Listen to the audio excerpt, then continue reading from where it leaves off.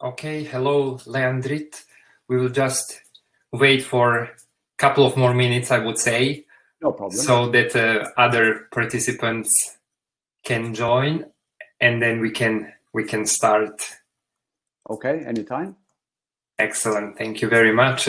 It's a pleasure to have you, and especially because it is quite late in Australia. Is it around midnight, right?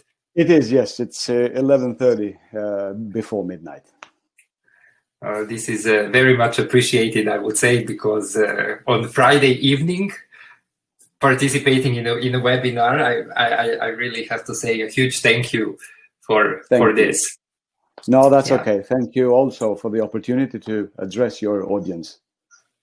With huge pleasure. And I was just wondering whether we can start. And I know that we will have quite some participants who have registered for this event. So maybe I can start with a short intro. Okay. And then hopefully people will join in and then follow our conversation. Hello everyone, and welcome to the Turkish Center for Global and Area Studies workshop on Kosovo between domestic options and international consequences. As you can all imagine, there are so many of domestic options, I would say, and also international consequences when it comes to the situation in Kosovo, but also in the wider Western Balkan region. And with this in mind, it is my great pleasure to welcome Dr. Leandrit Mehmeti from the University of South Australia. Leandrit specializes in conflict and security studies, as well as democratization and European integration of the Western Balkans. So what I wanted to do really in this webinar is to hear from Leandrit about a pretty broad range of issues, I would say, concerning Kosovo's post-2008 consolidation, and to try really to provide a better understanding of the interests and involvement of both internal actors and external actors in the region, but with a particular focus on Kosovo. I would just like to say for our attendees that if you have any comments and questions, please write them in the chat box so we can address them after Dr. Mehmeti's presentation. So at this point, Leandrit, I would like to invite you to share your ideas with us. Thank you. Thank you, Branislav, and thank you also to Tiga for the opportunity to address your audience tonight. Well, today back in Turkey. And it is really a great pleasure. As you said, it is Friday night for me here, but it is, it's just a very good opportunity probably to discuss these matters with many people involved and many people interested in the subject. When talking about the topic, Kosovo between domestic options and international preferences, as you may agree also, it is quite a wide area of discussions, and one is pretty much caught in between the elements that one would find relevant. Considering the dynamics of politics in the Western Balkans and with the European Union sort of involvement and other international actors also involved, the involvement of other international actors, it is really very difficult to try and see a particular focus. However, one thing that I think is a general agreement between many observers is that the stability and the long-lasting peace in the Western Balkans really depends on the entire region's integration into the European Union supranational structures. I tend to agree with this statement to a degree, not entirely though. And the reason is mainly because it is true that being involved into a European Union and perhaps even joining the European Union might somehow ensure a long-lasting peace. not necessarily, though, ensure a solid development of, say, democracy. And even today, when we look at some particular EU members, we see that that has started to deteriorate in different ways. So that is not necessarily a guarantee for those elements. But when it comes to the Western Balkans, peace is more important than any other things.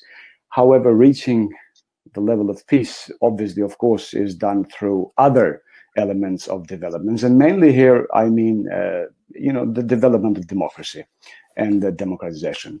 So what I wanted to focus tonight, as I said, within all the challenges of what one could talk on this topic, I thought I would be focusing on two elements. One, the development of democracy and democratization, and the focus of Kosovo here, of course. And also briefly focus a bit on the normalization process. So I could probably continue. I had prepared a bit of a couple of slides, I think, that you might maybe share it. Yes. Yeah. And this is just a guide to the audience of what we're focusing basically. So as I said, the focus of discussion today is pretty much democracy and the democratization, and as well the normalization process.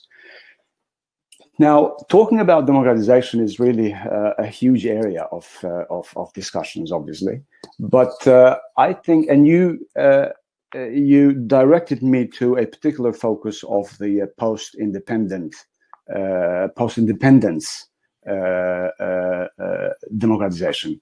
However, to understand the prospects of democratization today in Kosovo, one needs to just briefly look at the democratization in general, and just briefly, probably, and I would like to spend just a few minutes on these democracy trajectories that Kosovo has actually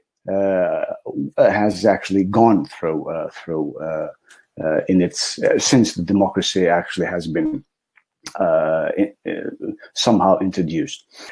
Now, as we all know, different contexts, environments, and settings have pretty much shaped the different understandings and interpretations of democracy.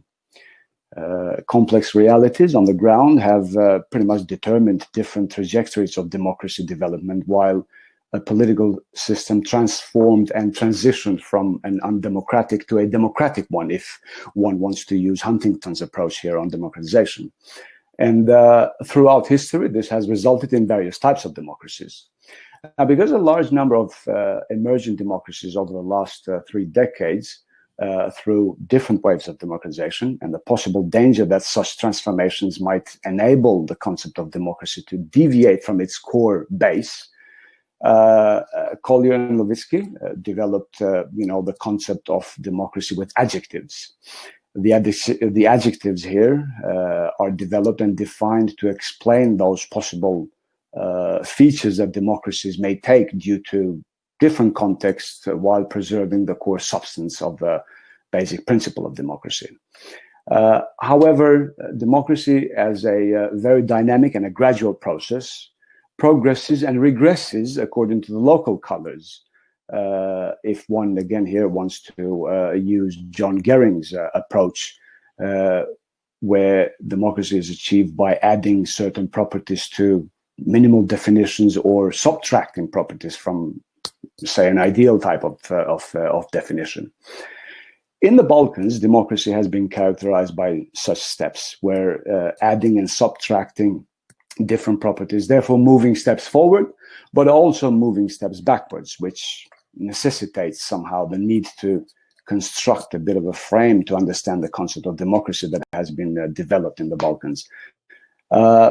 Transition, or the democratic transition, over the last 3 decades have been carried out through some successful experiences in some situations and settings, while in some others the success has been followed by very challenging struggles. environments with such challenges experience the birth of the hybrid democracies, or pseudo-democracies, as Diamonds actually puts it. So often resulting and responding to certain international and domestic pressures to adopt, or probably mimic, at least mimic some sort of a democratic form. The pseudo-democracies experienced those different waves of democratization development that were characterized with some successful, for example, holding successful elections or a smooth transfer of power from one political group to another, which is the case actually in many instances in the Balkans, and especially in Kosovo, but also degenerating into illiberal practices of control of essential institutions related to judiciary. So, here I would like to recall the Zakaria's definition of illiberal democracies.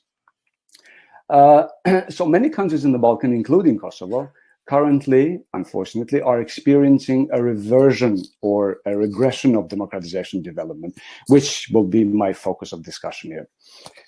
So, considering that the development of democracy is a very dynamic one, investigating whether a country has started from, say, point A to reach a point B, and perhaps use this method as a measurement tool to determine the level of development of democracy, may be flawed probably, and certainly would lack accuracy.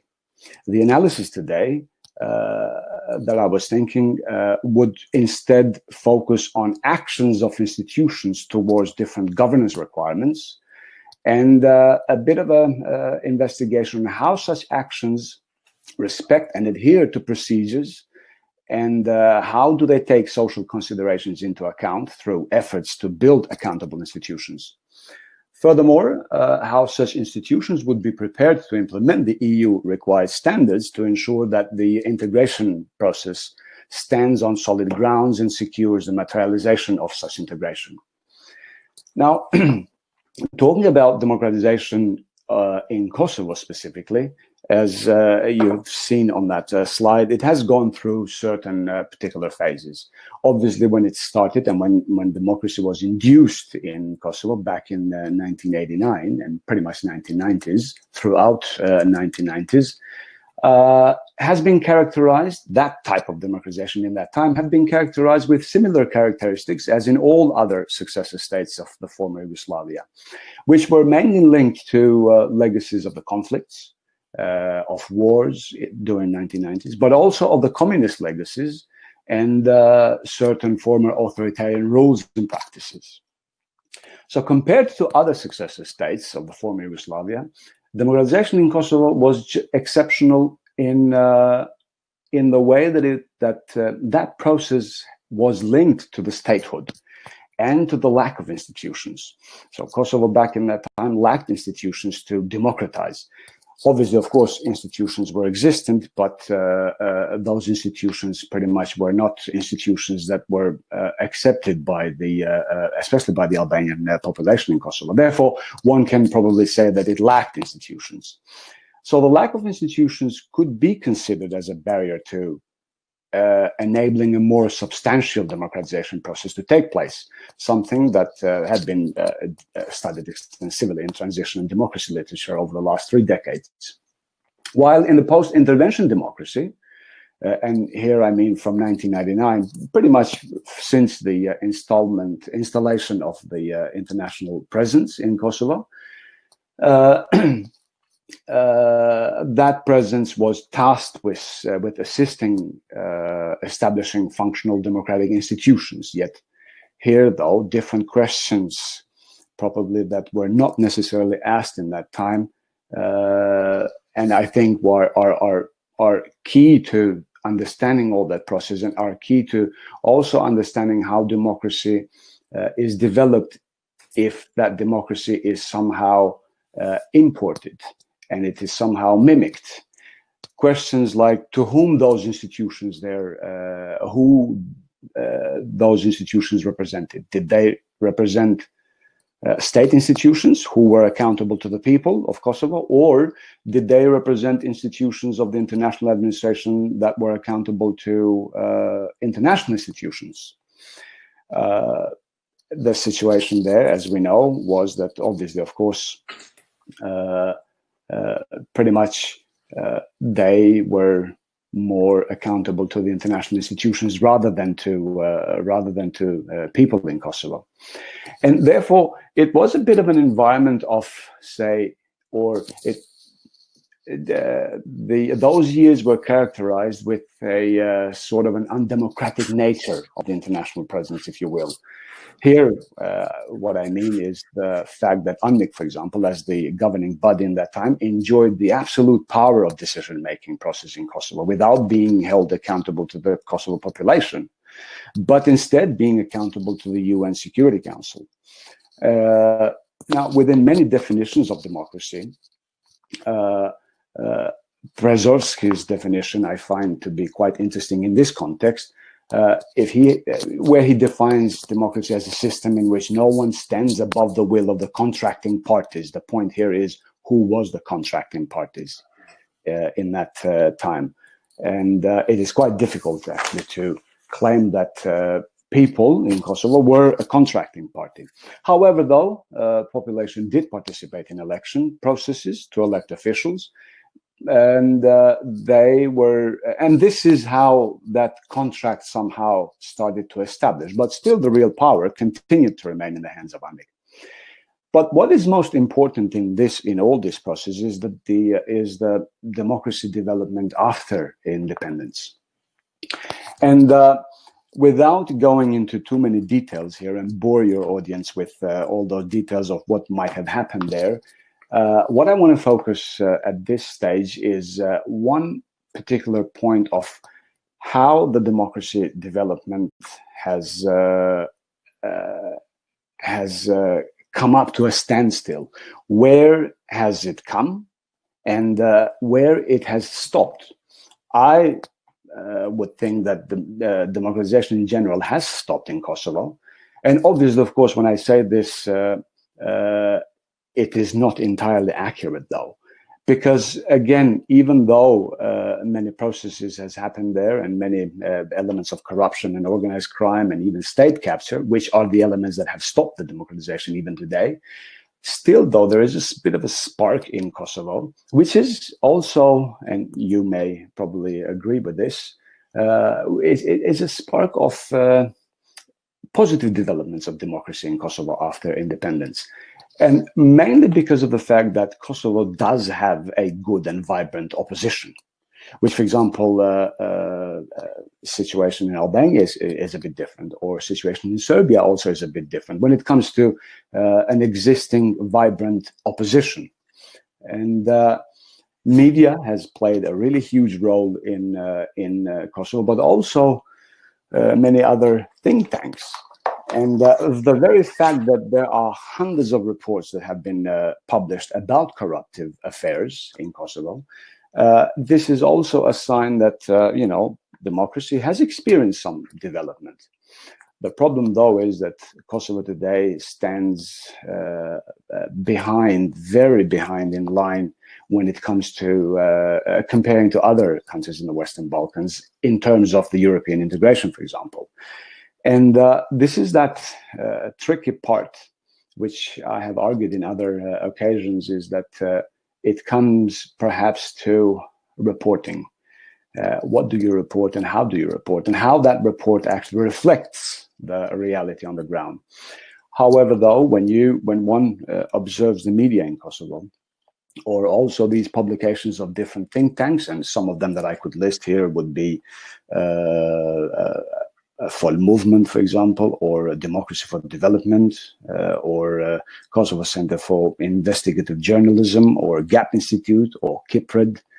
So all these think tanks have actually made quite a very significant work in unearthing the corruption affairs and reporting about them, reporting about different particular cases of, for example, how a member of the parliament has increased their personal wealth within a year, for example, to up to 400%, or how another member of the parliament has increased its personal wealth, and that means that it is an unjustifiable wealth, to about 200 and something percent. All these statistics have been investigated in Kosovo by these think tanks, and this, I would say, is a positive sign that the democracy has actually experienced some sort of a level of development. Media, on the other hand, or the pioneering media, an online media called Insider, has published a massive number of investigative reports on the corruption of political actors and groups, about the abuse of power in recruiting party loyalists in different governmental positions, including the judiciary. So those published reports about abuse of budget through the procurement agencies favoring companies and businesses where these particular groups have shares and interest, or even individuals, as well as of the privatization process. So just a simple search onto their online archives gives one access to hundreds of such reports and scandals. And such scandals involve, in all honesty, almost all political parties. I must say here, probably the Vetvendosi movement is excluded from this list, in all levels, local and national, and very high-ranking politicians, from, say, municipal mayors to even the president of Kosovo. So different scandals that have been published, like the Pronto affair, or many other similar examples that those who have followed closely a situation in Kosovo might be very familiar. I don't want to bore you with all these details, and probably just to note that I have actually discussed these and have elaborated on these details in your forthcoming edited volume. So without going into all these details, still the point was that those published investigative reports, and even including live conversations with phone calls and discussions that were recorded and then leaked out to the public, have demonstrated the degree of the state capture in Kosovo, as well as the challenges and these demonstrate also the challenges that lie ahead to combat the phenomenon of state capture.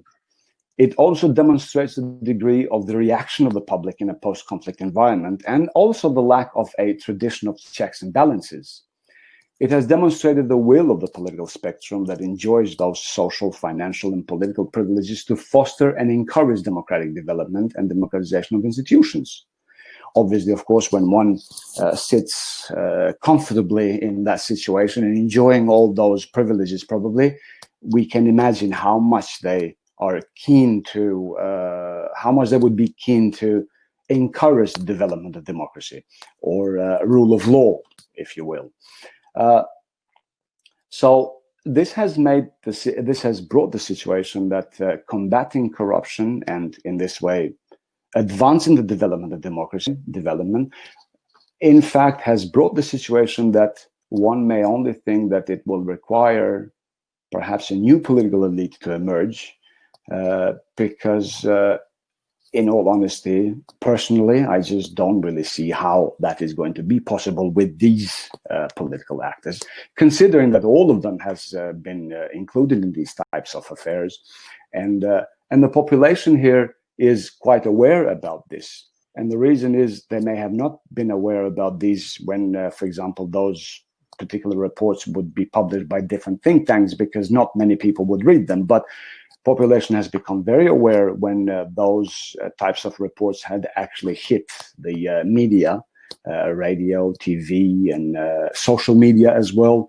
And this has also, as a result, some groups would go out on the streets and show their dissatisfaction with these developments, obviously mainly encouraged and probably somehow organized by the Vetvendosi movement here, which has played a crucial role on this.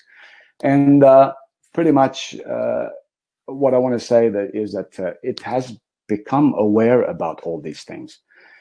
The point is, though, the situation that we have now is that we have reached a standstill position when it comes to democracy development in Kosovo. And that standstill position is it will continue to develop positively only when these things somehow are dealt with. Therefore, I'm not saying, and I'm not very optimistic that they will be eradicated in anytime soon, but at least would be put into a more solid solid management and perhaps control to try and encourage probably even the eradication of all these phenomena. One such spark that one may see those positive developments in Kosovo remains with the Vendosia movement. And here I don't want to sound, and despite the fact that it is very difficult to probably escape completely the impartiality here, but it looks like that has become pretty much the only hope in a country where the entire hope remains in one political group. I don't really see that to be very encouraging for future developments. It may very well happen. I'm not really sure about it. So when it comes to this element of democratization, it has one can conclude that Kosovo has experienced a sort of a positive development of democratization throughout its stages that has gone, starting from 1990s to early 2000s and post-independence phase. However, though now it has reached that point that it is quite challenging to move ahead solidly. And how this is reflected to the European Union integration, well, that is quite obvious. Kosovo is the only country in Europe actually that does not yet enjoy visa liberalization with the European Union, and the justification to this is that again it's corruption. Now, yes, of course, one may see and may observe different narratives that are usually developed through media, and also through media that are somehow considered to be affiliated to different political groups, that European Union is to be blamed about this, or that we have done all that was possible, etc. To a degree, that is actually correct. Kosovo, according to the many different reports, including the European Commission, has actually fulfilled all the conditions that were set there. However, I am recalling here a interview of former Minister of European Integration, who was minister in the Kurtis government back in February or March. That interview might have happened. That was a TV interview.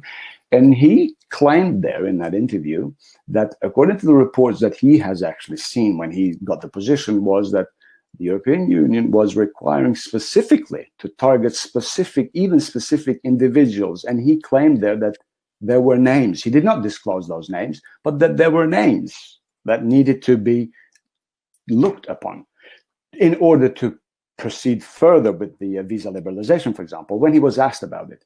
The point here, what this tells you is that, again, you reach that point to enter a room, but then you don't enter that room. And the reason why you don't enter that room is because you want to protect certain interests of probably individuals and of maybe different groups.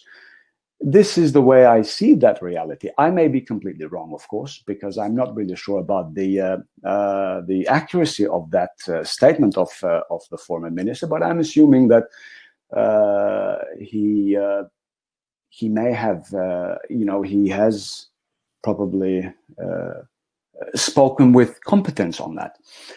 On the other hand, when one also sees how Kurtis government was also dismissed within 40-something days, one then here opens the speculations that yes, it might be probably either because of different international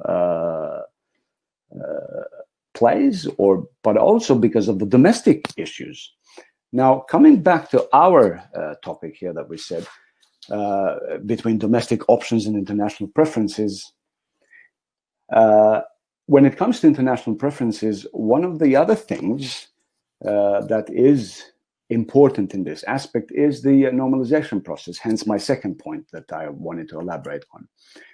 And again, without going too much into details about different agreements that were signed and that were implemented or that were not implemented, I think one of the main points now when it comes to normalization process is the very defining of this process, what this process is going to, how this process is going to end, how this process is going to reach certain outcomes. What are those outcomes? Now, as we have seen, this normalization process have started back in 2011, and now we are in 2020. And we may well be, if even the European Union continues in this way, we may very well make this discussion again in 2030, probably, as the situation is going. Therefore, we are on a path to pretty much nowhere. Yes, we are on a path to claim that we are attempting to normalize relations, but what is that normalization? What do you mean when you say normalization? This has, I think, this is the main point that needs to be further defined. Whether there is a possibility for this to happen, I would say that it is. It is if, again, especially if Kosovo delegation insists on certain matters and pretty much insists also on implementing of certain agreements that have remained without implementation, and but also that adheres to its own other agreements that Kosovo side needs to implement and is not implementing.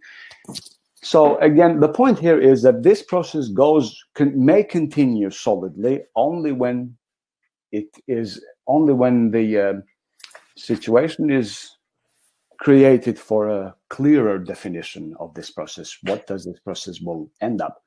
One is not really sure. We can speculate all day that it can reach this point, it can reach that point, but the reality here is that both of the sides, Kosovo delegations, but also Serbian delegations, have entered this process with just, A plans. We have our plan and you have our plan. So no necessarily compromising sort of plans, because it seems that parties still remain into their initial positions, which are drastically distant, one may say. But again, here, there is no way that I see that Kosovo and Serbia will be able to normalize these relationships, whatever that may mean, without the involvement of international community. European Union here, but also other actors such as the United States, but also other actors, including probably Russia in this time, are going to be serious players on this. How is this going to develop further on? Obviously, one may say that it will depend also in perhaps other international agendas. Again, here we're talking about mainly about speculations, but these are mostly geopolitical elements. And us who study political sciences, we know that when we talk about geopolitics, is really a very uncertain sort of an area, and one can never say things for certain. One can never really have a very high level of certainty in these discussions, but one needs to take these things into consideration in order to build some sort of an analysis. So in general terms, when it comes to this, what are the options? Options is moving forward, and moving forward means not necessarily having peace, because peace is already present in the Balkans. And the way the Balkans seems, authorities and political actors seems to understand peace is just the absence of conflict, armed conflict, not necessarily in other certain details. But the way forward here seems to me looks probably the integration to the European Union. Is that a reality for the Western Balkans? One is not really sure now to say. We would have probably thought differently 4 or 5 years ago. Today, European Union itself is is in dire need of further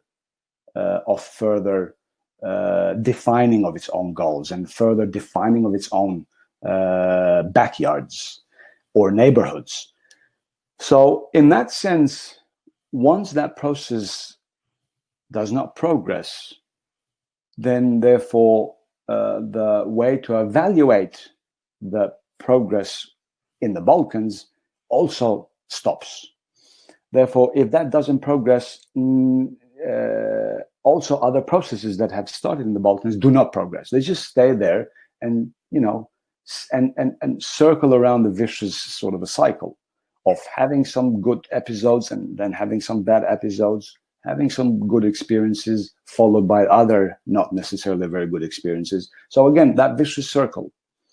How much the European Union is going to be able to take drastic measures into this aspect is a matter of further discussion, of course, and remains to be seen. On the other hand, European Union always justifies that, lacking of democratization or lacking of rule of law and many other things, this is a very slow process. But again, when it comes to a really materialization of this integration, the normalization between Kosovo and Serbia is going to be perhaps the main point. At least it looks like that now. Can it change in the future? Perhaps. As I said earlier, again, talking about geopolitics is a bit complicated, but they have often, historically speaking, have influenced different developments in the Balkans, and they have shifted different trajectories sometimes in the last moment. So one is never sure how those things are developed. What we can say today is that this is going to be one of the most important elements when it comes to in relation to the European Union integration. But how is that going to develop? In all honesty, I am keen to know, to probably hear and see other opinions, but I'm quite skeptical of further progress when it comes to this situation, when it comes to this process. And the reason mainly here is because it seems to be that lack of the desire to define this process clearly. We have seen, we have witnessed in many occasions how European Union uses that constructive ambiguity language in all this. And then when you look at, certain interpretations, you can interpret in this way, but then the next day you can interpret them in a different way. This is, of course, done, and this is one of the most common diplomatic sort of ways of reaching certain agreements. But again, when it comes to finalizing something, some sort of a definition is required. Until this process reaches that point, I don't really see how this is going to move forward. Moving forward would be probably, and that can be that preference. If the preference would be that moving forward means let's have an agreement, let's reach that agreement, and then let's reach another agreement on how to implement this agreement, and then let's reach another agreement on how to implement further again this agreement. So again, we're circling into a vicious circle since 2011. We have agreements that were reached back in 2012 that hasn't been implemented. European Union role here can be clearer, of course, and mechanisms are in place to even probably somehow exert pressure to the parties to implement those agreements. I just don't really see the will in the European Union to do so, and mainly because it calls itself facilitator more than a mediator. like an actor who is there to ease the process of dialogue. This is a dialogue that can last for a very long time. And now both parties probably waiting for different international circumstances. This is again what one can speculate, but in conclusion to this point is that the process even this process have reached a standstill position. So back to the entire discussion that I had, both of these elements, democratization in Kosovo specifically, has reached that standstill position, mainly because there is Kosovo lacks a lot in fighting corruption, fighting organized crime, and state capture. But also the other process, the normalization process, has also reached that standstill since 2016, in all honesty. Ever since all that famous tax that was imposed to Serbia, and all the other developments that started to emerge when the idea of partition or border adjustment, or however it was called, based on certain scenes, that process has been there. Yes, we have seen currently some progress, but progress only in terms of let's talk about it again. Really, I don't really see that as a progress. And here I'm referring mainly to the late agreements that were signed in Washington. These economical agreements.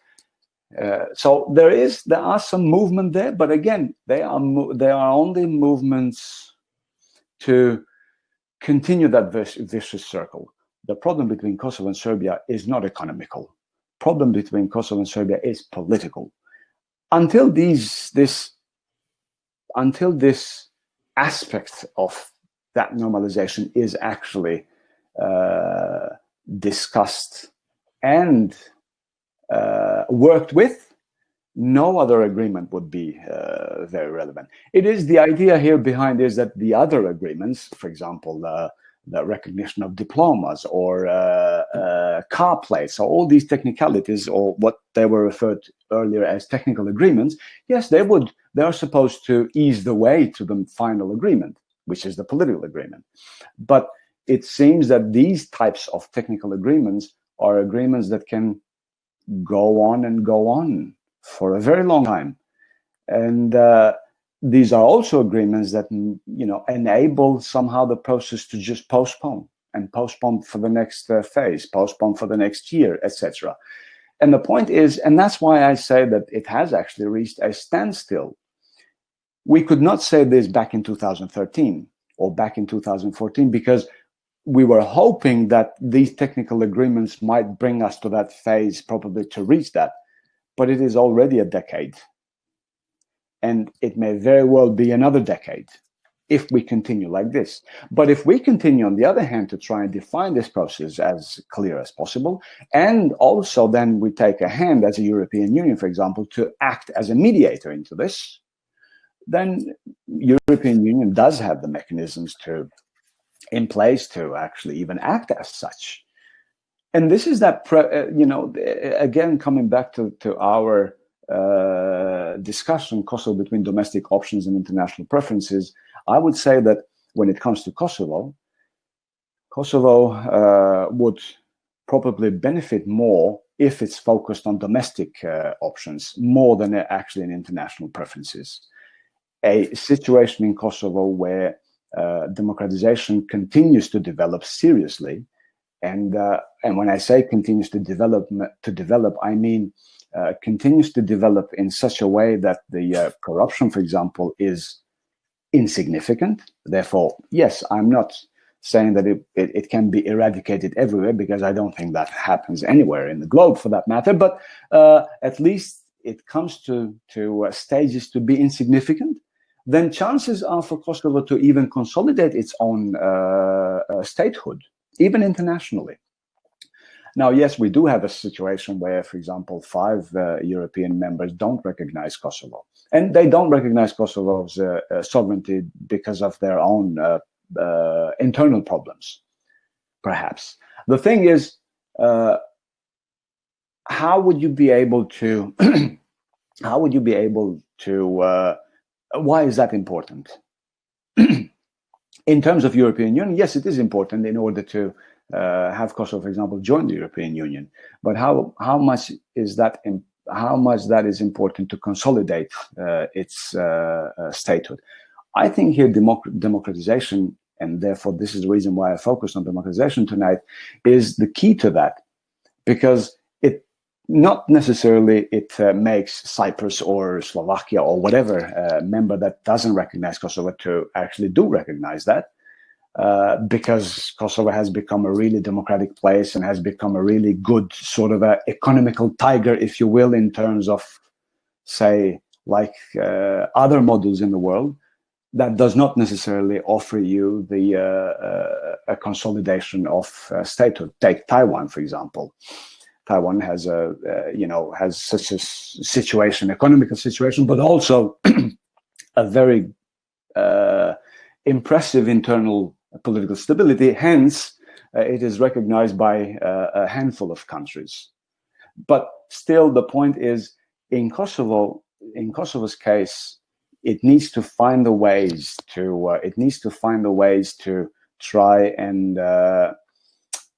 and reverse probably the opinion of these European Union member states who don't recognize its sovereignty, enabling a good or establishing a good, solid, democratic country where corruption, for example, is insignificant and where the prospects of economical progress are present, then chances, I would say, are much higher for that to happen. No guarantee on that, of course, but chances would be much higher to happen. Kosovo lacks even there. Not only it lacks, but over the last years, it has actually experienced some sort of a regress, which has happened actually throughout the Balkans, for that matter. Situation is not better in Albania. Situation is probably even far worse in Serbia. Serbia, for example, today does not even have an opposition at all, not only today, but since many years. Therefore, as I said earlier, one of the keys to a good democratization development is the existence of a vibrant opposition. No opposition equals to a pseudo-democracy, to refer back to what I said earlier, and not necessarily to a good democracy. So we have come to that situation that when it comes to Kosovo case, I think the main point would be, the main benefit would be focus on an investment on a domestic options rather than, and maintaining an observation of different international preferences, but those international preferences would be much more strengthened probably with a solid domestic progress. Is there any hope in Kosovo that that might happen? Obviously, of course, hope is the last thing that dies, as they say. And I do see that there is a hope. And the reason why I'm saying this is, and again, as I said earlier, it is unfortunate when one puts the entire faith into one political group. And that's not something which is very healthy for any democracy.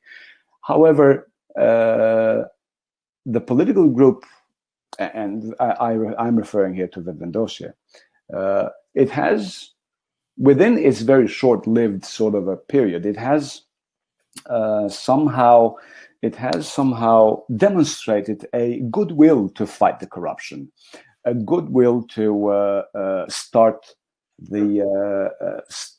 somehow a disassemble of the state capture. However, though, one also here has to note that almost all political groups in Kosovo had actually, to an extent, have actually acted in similar ways when they would get the power. Take, for example, the PDK, when it took power back in 2007. It has started with a real sort of a great enthusiasm on fighting the corruption, and they did to some degrees, only to establish themselves into those practices. Whether that is a possibility also to happen for Vedvendosya, of course it may. I mean, it is very impossible to think otherwise. And considering the experience, what has happened with all other political groups, one can never be sure that that is going to happen. That is not going to happen. Sorry. So chances are that yes, I will be probably even disappointed if Vedvendosya gets a solid government, and fights the corruption in the first couple of years, but then ends up in corruption. Are there any signs around in Kosovo that may have happened? Well, to a degree there are, even within the Vedvendosya group. Take the administration in prison, for example. It hasn't really been prison here is only one municipality where Vedvendosya actually governed. And I must say it's one of the biggest municipalities in Kosovo. And the governance there has not really been very, very impressive as people expected. It hasn't been also very bad but people had probably much higher hopes. Back in Albanian language, we have a expression, and I would want to end with that expression. I'm not really sure how to say that well in English, but we have an expression where we say that if people tell you that there are a lot of strawberries out there, you take a very small pot. And it may be also that it may be the case that we will see probably a repetition of all this, and then still have the situation that we have today, where we get a democracy that still reaches a standstill point. But again, one needs to experience that in order to come to that conclusion.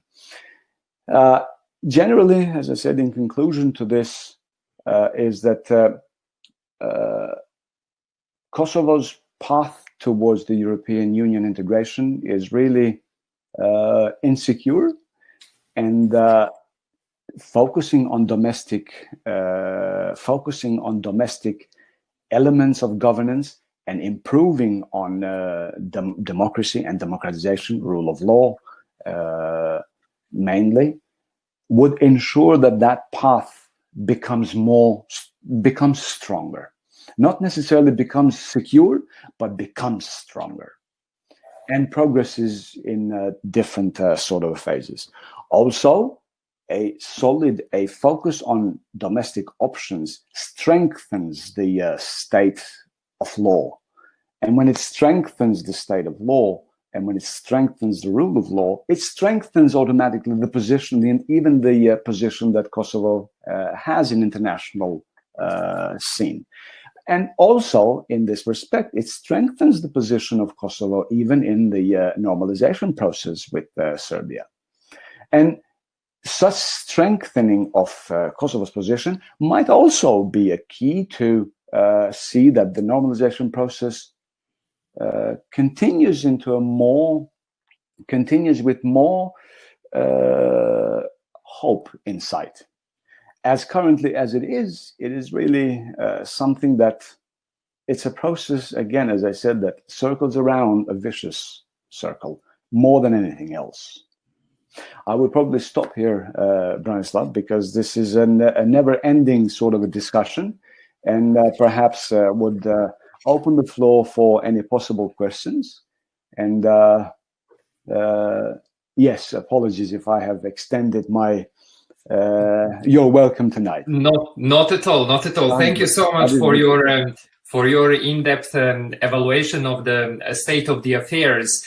And I couldn't stop myself but thinking how the idea of having a plan A only could actually be something that would eventually work.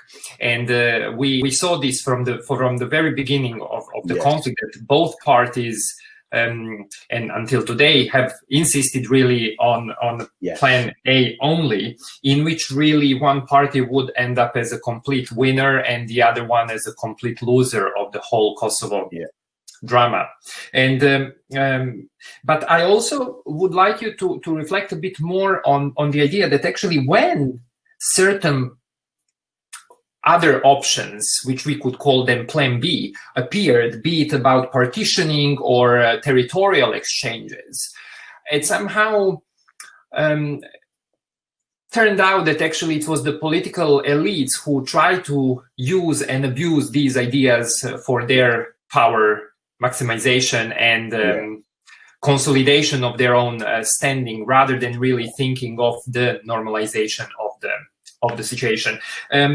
But am I right to believe that actually you are slightly more optimistic than the latest report produced by the European Commission? Because when I was reading the latest report, it seemed more negative than the previous reports, I have to say. And I remember on a couple of occasions, the report was saying, well, Kosovo's judicial system is at an early stage of preparation, and then when it comes to the fight against corruption, Kosovo is at an early stage and has some level of preparation for it. And then when it comes to the fight against organized crime and so on. So if we really look at this report alone, then we would think probably, oh, since 2008, nothing has been done. Whereas actually, if you look at the previous reports, there were certain instances that seemed, I would say, significantly more optimistic than the latest report, which we can then use to actually say, well, for the European Union, this, for example, latest report is a very good excuse to tell Kosovo, yes, you still do not deserve visa liberalization, you still have not progressed enough, you still haven't consolidated enough, and so on and so forth. So while we are waiting for some questions from our audience, I would like to ask you to reflect a bit more on these two points. I think when it comes to reporting, as I said earlier, most of the evaluation of the situation on the ground, not necessarily actually the report reflects the reality. I'll give you one example. You may remember back in 2015, when Serbia was about to open the negotiations of the chapters, and the situation in the media, for example, was quite dramatic back in Serbia in that time. Not only was dramatic, but with, somehow even with raids in different certain media outlets. And in one of the occasions, I think it was Juncker who was having a press conference together with Vučić in that time, where he was asked by one of the journalists to comment on the late raids. And then he replied, very surprisingly, he replied that something along the lines of, yes, I've heard this, but I want to see evidence. Where is the evidence? You keep telling about these things, but where is the evidence? The evidence was actually on TV a couple of days before. The point here I'm trying to make, Branislav, is that, again, when it comes to, this is that thing when it comes to those international preferences. How do I present this situation? Do I present this situation in a good, positive way in my report? If I do, then I do. If I don't, then I don't, right? In saying this, though, when it comes to the late report that you mentioned, the European Commission's report on Kosovo, I think it's quite a valid report, in fact, because judiciary has actually seen some regress, and fight of corruption has been, hasn't really been impressive. I expect the next report to be even worse. I'll give you one example. A few days ago, government here in Pristina has sacked the anti-corruption task force, which was connected to prosecution. And now, how do you expect the next report to be to reflect on this situation. And then media speculates today, and over the last week has been speculating that one of the main reasons for that actions was because that task force was investigating some tenders that ranged from 300,000 euros to millions of euros, which were directly involved to the Minister of Interior. Now, all these, when it comes to reporting, all these will be taken into consideration if the international preference would be so.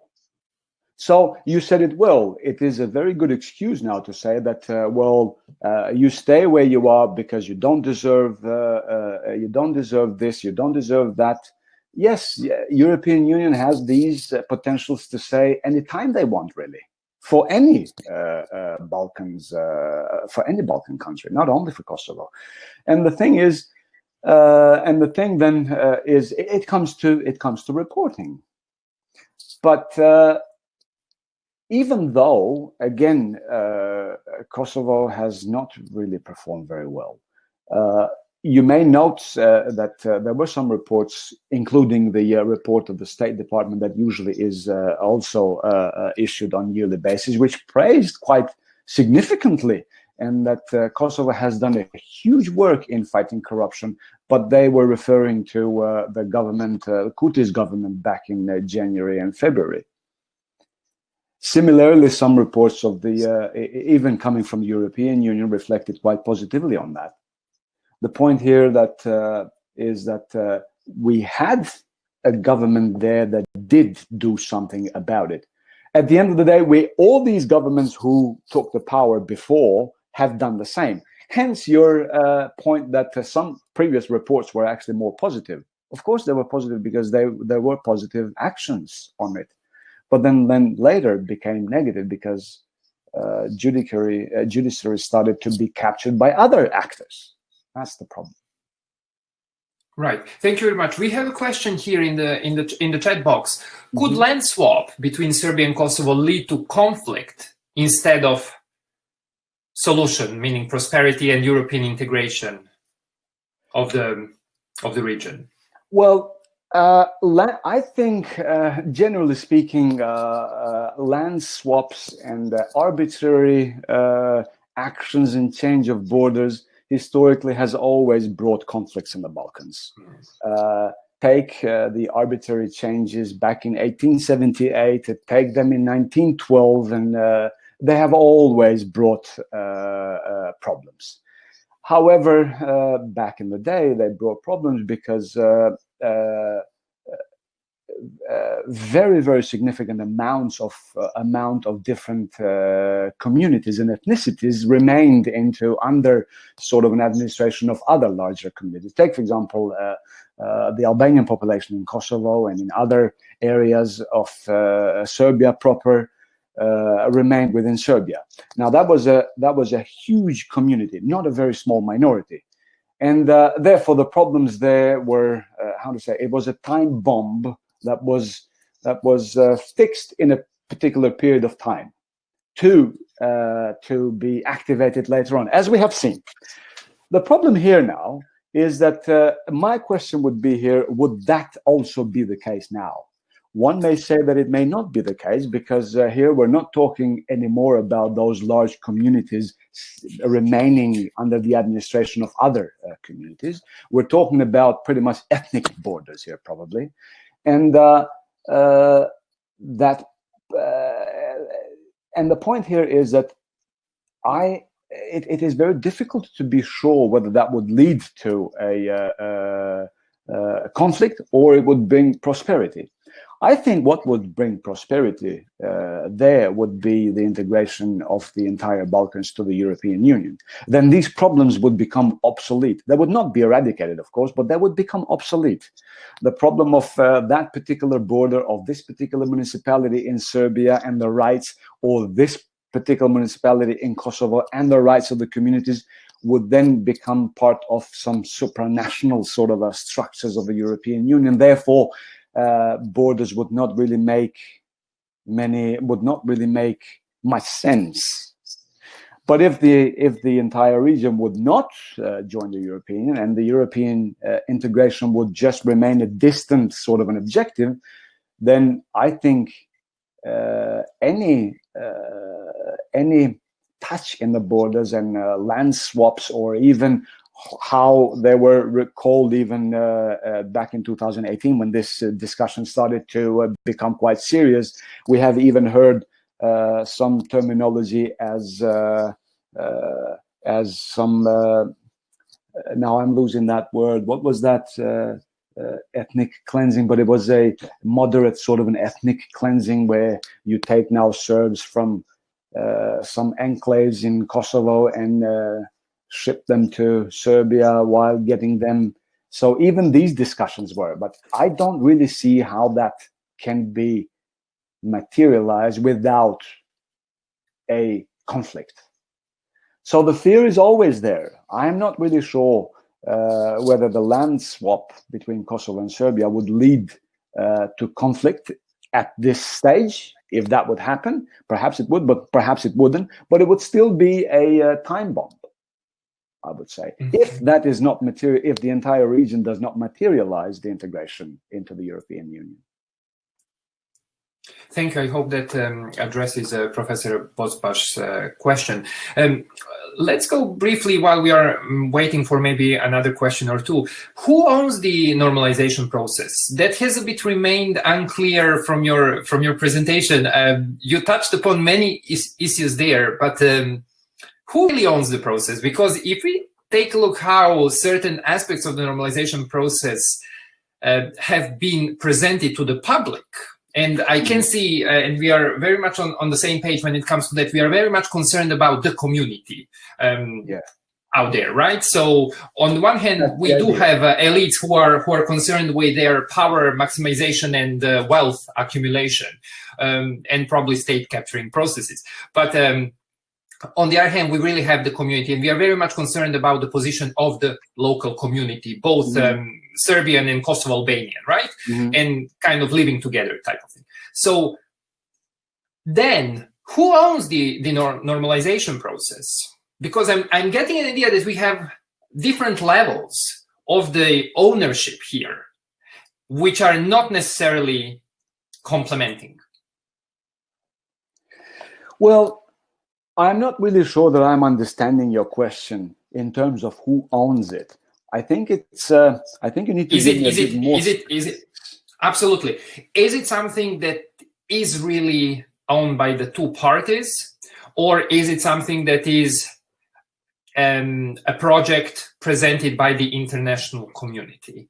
And we have seen so far in the region that projects developed by the international community very often have not been efficient.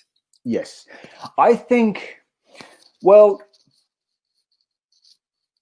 it's quite difficult to say. I don't think, in those terms as you're putting them, if I'm understanding them right, I don't think the process is owned by both parties in its entirety. I think it is owned by parties to an extent, but I think it is owned by international community, and here European Union more than it is. Now, the normalization process, again, to try and understand, we have to go a bit back. And probably go back to 2010. We have the verdict of the International Court of Justice on the independence of Kosovo, and then it was created. It was created in an environment, some sort of Serbia was quite insistent that I still did not lose Kosovo, therefore, required some further actions. Normalization was the next action, and it looked like it materialized quite well. And on the other hand, Kosovo entered into that process also with those hopes that, considering now the ICJ's verdict, we may gain a lot from the normalization. The problem was there that I see is, and the lost momentum was the lack of a lack of a good strategy on how to approach this by the Kosovo side, unfortunately. If the Kosovo side would have been a bit better prepared how to approach this, probably we would have seen a completely different kind of normalization, and perhaps we would have seen some sparks of normalization. But on the other hand, again, I tend to link this to the domestic issues more than anything else, because again, dealing with actors who are prone to possible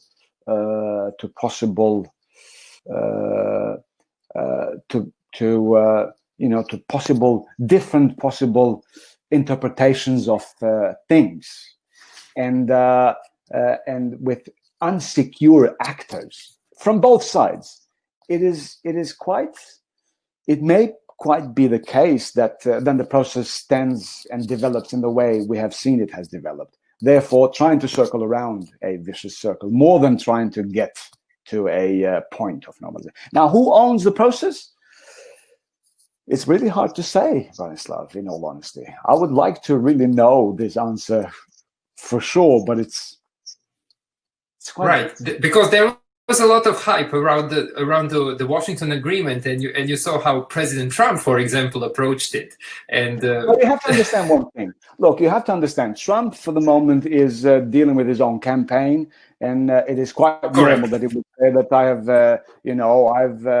I've fixed a 400 years conflict, and I made 20 minutes. I made the leaders to hug and kiss each other. Of course, you're going to say that. It's an election campaign, of course, and but I don't think that is something that honestly that really matters. Yeah, that needs to be taken really seriously. But however, though, the Washington Agreement, as I said earlier. Again, the Washington Agreement does have some good potential, but again, it's not an agreement as it has been praised, especially as Trump administration wanted to present it as that historical agreement and whatnot. You remember yourself back in 2013, if I recall correctly, we were in a conference together when the agreement was actually signed in April. Yes. And how enthusiastic almost all participants of that conference were that this is the historical agreement. And we were one of those that said that this is not historic. History is written differently. And history, well, if I remember well, you were invited to take part in some ad hoc panel and yes. address, and I made a point address the hype. This is not a historic. I didn't really see that as a historic sort of agreement. I tend to see an historic agreement when both parties agree that this is our political problem and we are going to see and treat this political problem in the future in this way or in that way. Then I may claim that has been an historic agreement. Other than that, even that famous 15-point agreement, 14 of them were actually completely technical. Yeah. We have a question here. Yeah, a good one, I would say. So, what does the EU have to gain from integrating the Balkans?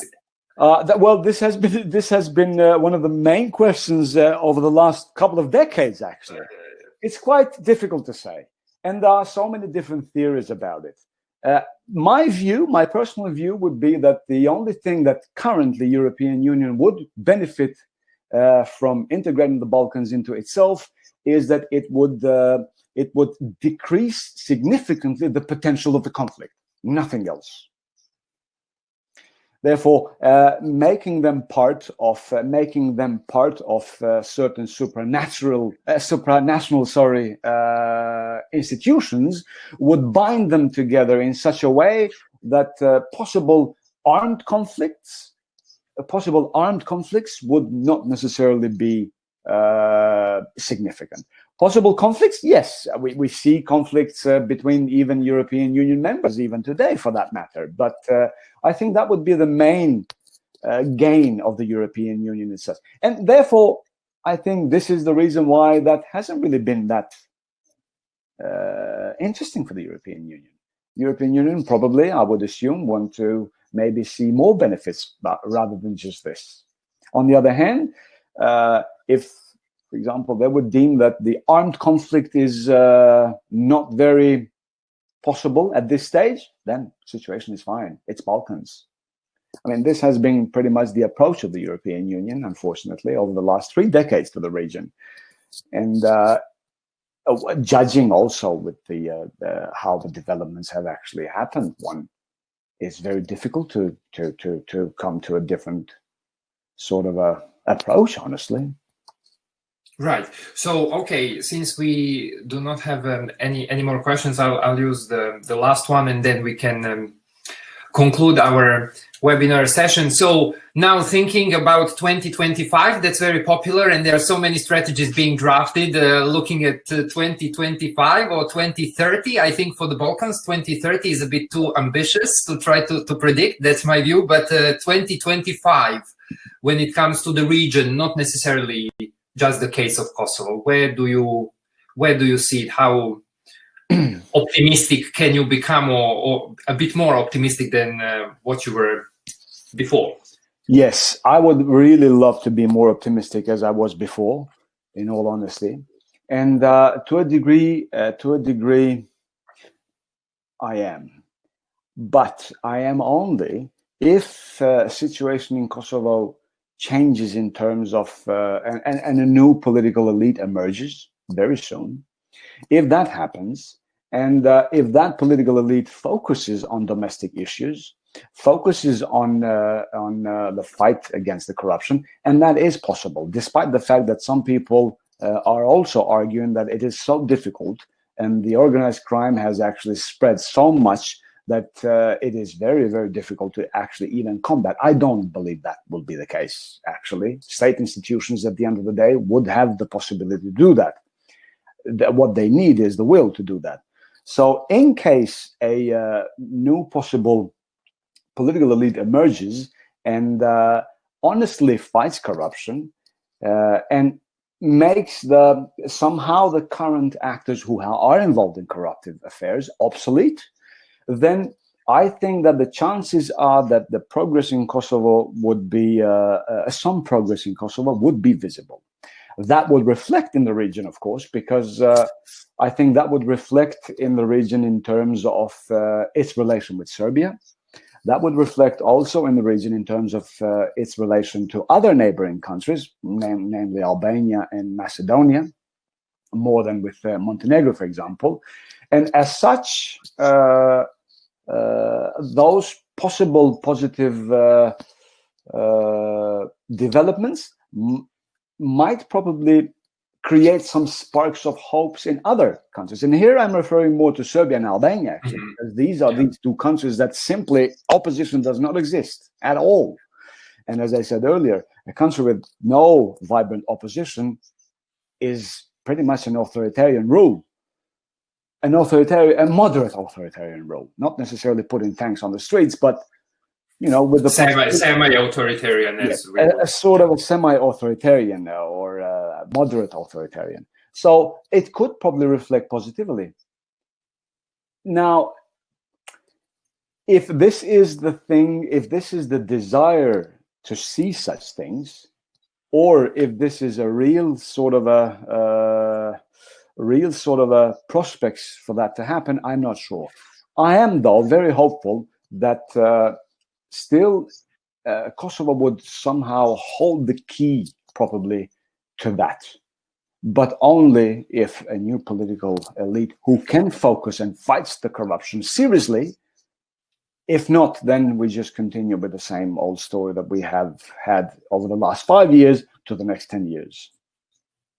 So let's see if in 2025, I will be asking you this same question about 2030, and you just repeat what you've just said in the exact same way. And I hope that time I am so much, I would love to say that, how wrong was I? I would love to say these words. Hopefully. Okay. Well, on that note, if we do not have any more questions, I would like to thank you, first of all, for sharing your expertise with us, and it's now very late in Australia, I guess. Yes, it's so. Thank you. We all wish you a very good weekend, and I would also like to thank our attendees. and we are going to have some more webinars in the coming months. So please stay tuned and join us for some other events. Thank you also very much for your invitation, and thank you to the university there, and for the opportunity to be with your audience. And I hope I was not too pessimist in my discussion, although I feared that is going to. I feared in the beginning that I'm going to, somehow present doses of pessimism more than of optimism, unfortunately. But that's just one of the ways of how I see the situation. However, though, I did give you some possible sparks of optimism at the end. That I said that if we would have probably some new developments with maybe new actors, I am actually quite positive that my degree of optimism might be realistic. And again, thank you to the audience, and thank you for the questions. It was a real pleasure, and it was an honor to be tonight with you. Thank you all, and good night. Bye-bye. Bye-bye.